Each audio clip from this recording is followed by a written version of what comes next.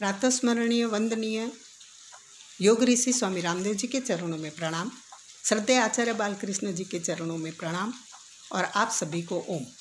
आज मैं आपके सामने एक ऐसा जटिल रोग के बारे में चर्चा करने जा रही हूँ जिसका नाम सुनते ही लोग बहुत डर जाते हैं, समझते हैं कि ये रोग हुआ तो अब हमारा कुछ नहीं हो सकता, लेकिन ऐसी कोई बात नहीं है। हाँ, मैं जो रोग के बारे में बताने जा रही हूँ वो है कैंसर।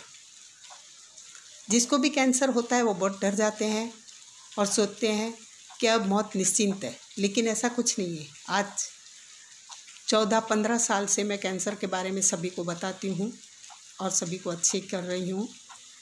तो बड़ी धीरज के साथ अगर आप मैं जो बताती हूँ वो घरेलू उपाय और साथ में प्राणायाम और योग और प्राणायाम तो ज़रूर से करने ही है। तो इस सुनिए, सबसे पहले तो कैंसर के रोग में 1 घंटा कपालभाति, 1 घंटा अनुलोम विलोम पूरे दिन में करना ही है। आप सुबह शाम आधा घंटा अगर साथ में ना कर सको तो हर 1-2 घंटे पे 10 मिनट कपालभाति, 10 मिनट अनुलोम विलोम, 5-10 मिनट कपालभाति, 5-10 मिनट अनुलोम विलोम, ऐसे करते करते पूरे दिन में आपको कपालभाति और अनुलोम विलोम 1 घंटा तो करना ही है। चाहे पोजीशन कोई भी हो, कैंसर में बहुत तकलीफ होती है, दर्द होता है, वीकनेस बहुत रहता है, इसलिए बैठ के नहीं कर सकते तो आप सोते सोते लेट के, आधा लेट के, पीछे तकिया लगा के आधा लेट के भी आप कर सकते हो, लेकिन करना ज़रूरी है जो आपको करना है। साथ में घरेलू नुस्खे, तो सबसे पहले सुबह उठकर बिना ब्रश किए हुए बासी मुँह आपको 1 गिलास गर्म पानी में आधा चम्मच हल्दी पाउडर डाल के हिलाकर उसको बैठकर पीना है। हल्दी एक ऐसी चीज़ है जो बहुत ही सभी रोग में काम आती है, लेकिन कैंसर वालों को तो वो रामबाण उपाय है। वह लेने से कहते हैं कि हमेशा जो हल्दी वाला पानी लेते हैं उसको कभी आगे जाके भी कैंसर नहीं होता। तो कैंसर वालों को तो दूसरे दिन से उससे फ़र्क होने लगता है। तो वो हल्दी वाला पानी लेना है। उसके आधे घंटे के बाद 3 से 4 ढक्कन गौमूत्र, 3 से 4 ढक्कन एलोवेरा जूस, 3 से 4 ढक्कन गिलोय का स्वरस, फिर थोड़ा यानी 3 से 4 ढक्कन जितना गेहूं के जवारों का रस। अगर आपको रोज़ रोज़ गेहूं के जवार उगाने की झंझट नहीं करनी है तो उसका पाउडर भी अभी मिल रहा है पतंजलि में।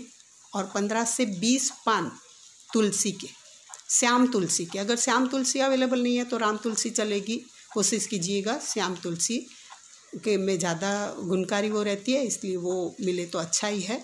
तो वो कूट के डाल देने हैं। आपको पतंजलि में ये सब मिल जाएगा। तुलसी ताज़ा आपको लेना है, बाकी का सब आपको मिल जाता है पतंजलि में। तो ये सभी चीज़ों को मिक्स करके वो पीना है। रोग की तीव्रता अगर 3rd या 4th स्टेज हो तो दिन में 2 बार लो तो बहुत ज़्यादा अच्छा है। तो रोग की तीव्रता के अनुसार दिन में 1 या 2 बार लेना है। उसके बाद आप दिन में कभी भी थोड़ा पेट खाली हो तब आप 1 नींबू, यानी सुबह शाम अगर नींबू का करोगे तो अच्छा ही है। कम से कम 1 नींबू का तो आपको ये प्रयोग करना ही है। तो छिलके के साथ पूरा नींबू आपको फ्रीज़र में डाल देना है। वो कड़क हो जाए तो उसको कद्दूकस करना है और वो कद्दूकस किया हुआ नींबू आपको दाल चावल सब्जी रोटी में मिक्स करके आप ले सकते हो या फिर उसमें पानी डाल के पी सकते हो।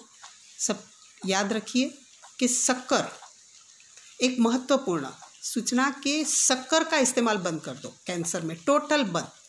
यानी कोई मिठाई नहीं, दाल इस शरबत नहीं, चाय कॉफ़ी में किसी में भी आपको शक्कर डाल के बिल्कुल नहीं लेना है। शक्कर बिल्कुल नहीं लेनी है। कैंसर के जंतु शक्कर में बहुत जल्दी बढ़ते हैं और जैसे हम शक्कर बंद कर देते हैं तो जैसे वो घुट कर मर जाते हैं। यानी शक्कर बंद करने से वो बिल्कुल मरना चालू हो जाते हैं, इसलिए शक्कर का इस्तेमाल बिल्कुल बंद कर देना चाहिए। तो ये नींबू भी आप शरबत बना के यानी सिर्फ पानी में डाल के ले सकते हो, लेकिन उसमें शक्कर या नमक डाल के शरबत नहीं बनाना है। और रोग की तीव्रता अगर 3rd 4th स्टेज हो तो ये नींबू दिन में 2 बार। डॉक्टर जब केमो किसको बोलता है तो केमो से 1000 गुना ज़्यादा 1 नींबू का इफ़ेक्ट रहता है, इतना याद रखिए। तो ये हाँ, 1000 गुना ज़्यादा इसका इफ़ेक्ट रहता है नींबू का। तो नींबू तो हमेशा याद करके सुबह शाम लेना है, कम से कम एक बार तो लेना ही है। उसके बाद पपीते के पान की चाय। पपीते के पान को धो के 1 से 2 पान लेने हैं। बड़ा पान हो तो एक ही काफ़ी हो जाता है। उसको धो के थोड़ा कूट कर 1 गिलास पानी में उसको उबालना है। अगर उसका टेस्ट आपको अच्छा ना लगता हो तो देसी गुड़ डाल के लीजिए, उसमें दूध नहीं डालना है और ये चाय पीजिए। ये रोज़ नहीं पियोगे, हफ्ते में 2-3 बार पियोगे तो भी चलेगा। तो ये भी इतने तक के पपीते के बीज जो रहते हैं, देसी पपीते में से जो बीज निकलते हैं उसको बिना दांत लगाए उसको निगल जाना है पानी के साथ, 1 चम्मच बी को। ये बहुत सारे रोगों में काम आता है, लेकिन कैंसर में भी ये बहुत ही अच्छा है। ये लेने से बहुत ज़्यादा फ़र्क होता है। या फिर आपके पास ज़्यादा हो, बी जमा हो गए हो तो आप उसको सुखा के पाउडर करके भी रख सकते हो और पानी में मिक्स करके, या दूध में उसको उबाल के भी पी सकते हो। तो उसके भी काम आते हैं। पपीता खाते हो तो भी अच्छा ही है कैंसर में। शीशम के पत्ते अगर आपको पहचानने में आए, जिसके इसका लकड़ी का फर्नीचर बनता है वो शीशम के पत्ते बहुत ही दूसरे रोग में भी बहुत ही काम आते हैं। उसमें स्त्री रोग में तो बहुत ही ज़्यादा काम आते हैं ये। तो शीशम के पत्ते कैंसर में भी बहुत काम आते हैं।